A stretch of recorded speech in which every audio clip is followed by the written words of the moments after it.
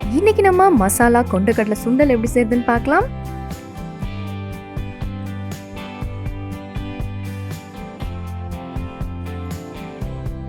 இதுக்கு ஒரு கப் அளவுக்கு கொண்டக்கடலை எடுத்துக்கலாம். இதை நல்லா க்ளீன் பண்ணிட்டு முங்குற அளவுக்கு தண்ணி ஊற்றி ஓவர் நைட் அப்படியே ஊற விடுங்க.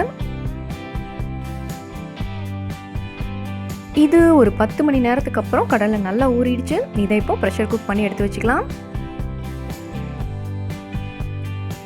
இதோ கடலையை ப்ரெஷர் குக்கருக்கு மாற்றியாச்சு. இதோட தேவையான அளவு உப்பு ஆட் பண்ணிக்கலாம். ஒரு கப் அளவுக்கு தண்ணியும் ஆட் பண்ணிக்கலாம். கொண்டக்கடலை வேகிறதுக்கு கொஞ்சம் லேட் ஆகும். ஸோ 5-6 விசில் தாராளமாக விடலாம்.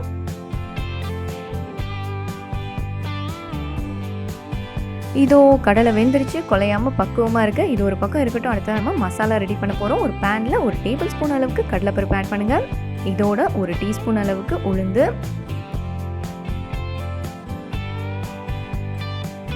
1/2 டீஸ்பூன் முழு மல்லி,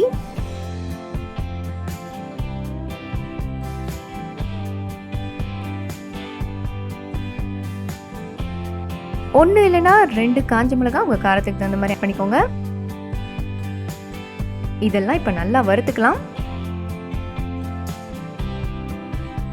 பருப்பு ரெண்டும் வறுப்பட்டுருச்சுன்னா நல்ல ஒரு வாசமும் வரும், அதே மாதிரி கலரும் சேஞ்ச் ஆகும். அது வரைக்கும் நீங்கள் வறுத்துக்கோங்க. இதோ பர்ஃபெக்டாக இருக்குது. இதை நம்ம இப்போ ஆற விட்டு மிக்சியில் அரைச்சி எடுத்து வச்சுக்கலாம்.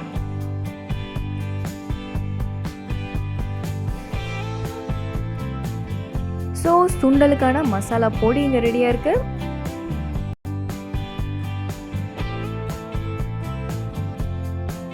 இது ஒரு பக்கம் இருக்கட்டும். அடுத்ததான் நம்ம சுண்டல் தாளிச்சிடலாம். பேனில் கொஞ்சமாக ஆயில் விடுங்க. இதில் 1/2 டீஸ்பூன் கடுகு, 1/2 டீஸ்பூன் உளுந்து ஆட் பண்ணலாம்.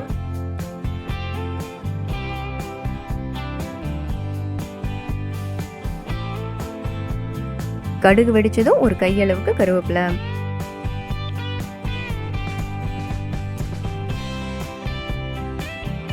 இதோட ஒரு 2லேருந்து 3 டேபிள் ஸ்பூன் அளவுக்கு துருவின தேங்காய் ஆட் பண்ணிக்கலாம்.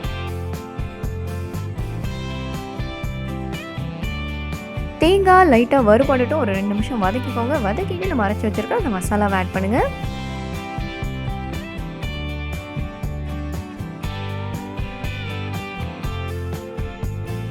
இதை நீங்கள் ரொம்ப நேரம் வறுக்கணும் அப்படின்னு கிடையாது. ஆல்ரெடி மசாலாவுக்கு நம்ம வறுத்து தான் அரைச்சிருக்கோம். ஸோ ஒரு 2-3 நிமிஷம் இதை வதக்கினா போதும்.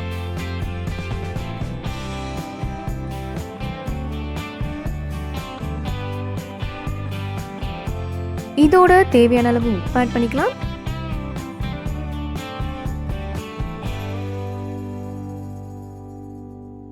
தேங்காய் இங்கே ஆல்மோஸ்ட் வறுபட்டுருச்சு. இந்த ஸ்டேஜில் நம்ம வேக வச்ச கொண்டக்கடலை சேர்த்துடலாம்.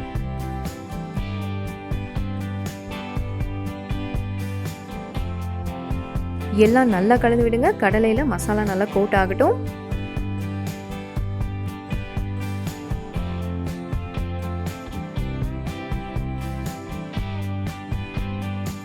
உப்பு தேவைப்படுற மாதிரி தெரிஞ்சால் சேர்த்துக்கோங்க.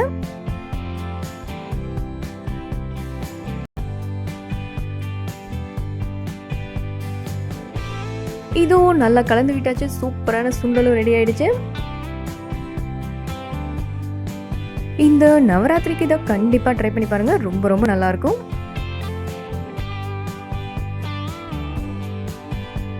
வேறொரு இன்ட்ரெஸ்டிங்கான ரெசிபியோட உங்களை சந்திக்கிறோம். அண்ட் மறக்காம எங்கள் சேனலுக்கு சப்ஸ்கிரைப் பண்ணுங்க.